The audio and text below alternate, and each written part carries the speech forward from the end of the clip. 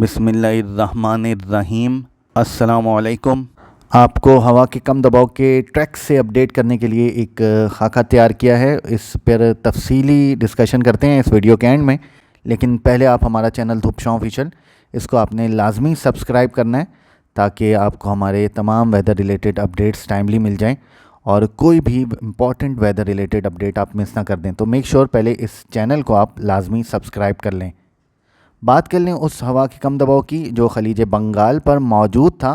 اب یہ خلیج بنگال سے مغرب کی جانب موو کر چکا ہے اور اب یہ اڑیسہ کے آس پاس موجود ہے اور اگلے 24 سے 36 گھنٹوں میں یہ گجرات کے آس پاس پہنچ سکتا ہے۔ اس ہوا کے کم دباؤ کے بارے میں آپ کو یہ بتا دوں کہ اس وقت یہ ایک طاقتور کم دباؤ ہے، اس کی شدت میں تھوڑی کمی آ سکتی ہے اور یہ ایز ویل مارک لو گجرات کے قریب پہنچ سکتا ہے اگلے 24 گھنٹوں میں۔ وہاں سے اس کے سفر کا پھر امکان ہے کہ یہ بحر عرب میں جا سکتا ہے۔ ایک اور بہت اہم اپڈیٹ یہ ہے کہ ایک مغربی سلسلہ اسی دوران پاکستان پہ اثر انداز ہو سکتا ہے اور اس مغربی سلسلے کا انٹریکشن ہو سکتا ہے اس ہوا کے طاقتور کم دباؤ سے، جس کے باعث صوبہ سندھ کے کافی سارے حصوں میں بارشیں متوقع ہیں اور صوبہ سندھ کے جنوبی علاقوں میں خاص طور پہ موسلا دھار بارشیں اس دوران ہو سکتی ہیں، جبکہ ساحلی علاقوں میں بھی اچھی خاصی بارشیں متوقع ہیں۔ صوبہ سندھ کے کراچی شہر کی بات کریں، کراچی شہر میں بھی اچھی خاصی بارشیں متوقع ہیں 30 ستمبر سے 4 یا 5 اکتوبر کے درمیان۔ بحر عرب کے ٹیمپریچرز اب بڑھ رہے ہیں مزید اور اس وقت ٹیمپریچرز جو میرا لاسٹ اپڈیٹ تھا اس کے مقابلے میں بھی زیادہ بڑھے ہوئے نظر آ رہے ہیں۔ یہی بڑھے ہوئے ٹیمپریچرز اور ساتھ ساتھ لو ونڈ شیئر اس تمام ایریاز میں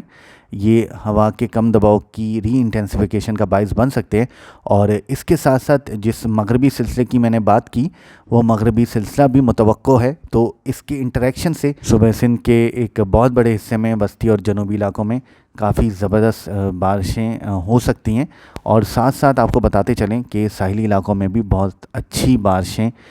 ہو سکتی ہیں، خاص طور پہ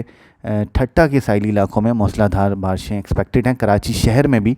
اس دوران بہت اچھی بارشیں ایکسپیکٹڈ ہیں۔ بحر عرب میں اس ہوا کے کم دباؤ میں انٹینسیفیکیشن ہو سکتی ہے اور یہ کم از کم ایک ڈپریشن کی فارم میں یا ڈیپ ڈپریشن کی فارم میں کنورٹ ہو سکتا ہے اور ہو سکتا ہے کہ اس سے بھی زیادہ یعنی ٹراپیکل سائیکلون کی فارم میں یہ کنورٹ ہو جائے اور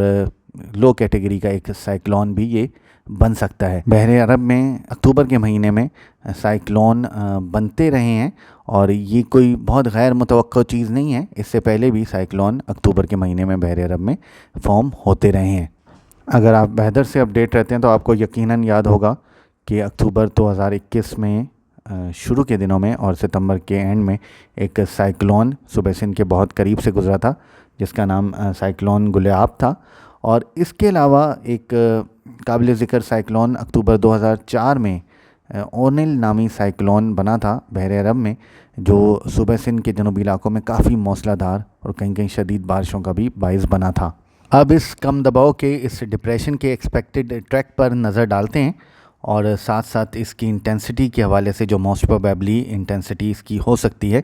اس کے بارے میں بھی میں آپ کو انفارم کرتا ہوں۔ کل یہ خلیج بنگال پہ موجود تھا، جبکہ اب یہ مغرب کی جانب اڑیسہ کی جانب بڑھ چکا ہے۔ یہاں سے یہ مزید شمال مغرب کی جانب بڑھ سکتا ہے، زیادہ تر اس کا رخ مغرب کی جانب ہے، تھوڑا بہت یہ شمال کی جانب بڑھ سکتا ہے اور کل کسی وقت یہ گجرات اور مہاراشٹرا کے بہت قریب پہنچ سکتا ہے، وہاں سے اس کی رفتار سلو ہو سکتی ہے۔ آپ کو بتا دوں کہ اگلے 24 سے 48 گھنٹوں میں اس کی شدت میں کمی کے امکانات موجود ہیں اور یہ ڈپریشن سے ایک ویل مارک لو میں کنورٹ ہو سکتا ہے۔ یہ گجرات کے جنوب سے گزرتا ہوا پرسوں یعنی 29 ستمبر کو یہ گجرات کے شمال مغرب کی جانب اس کی موومنٹ کا امکان ہے اور اس دوران اس کی شدت میں اضافہ متوقع ہے اگین، اور اس کی شدت دین ڈپریشن کی فارم میں یہ کنورٹ ہو سکتا ہے،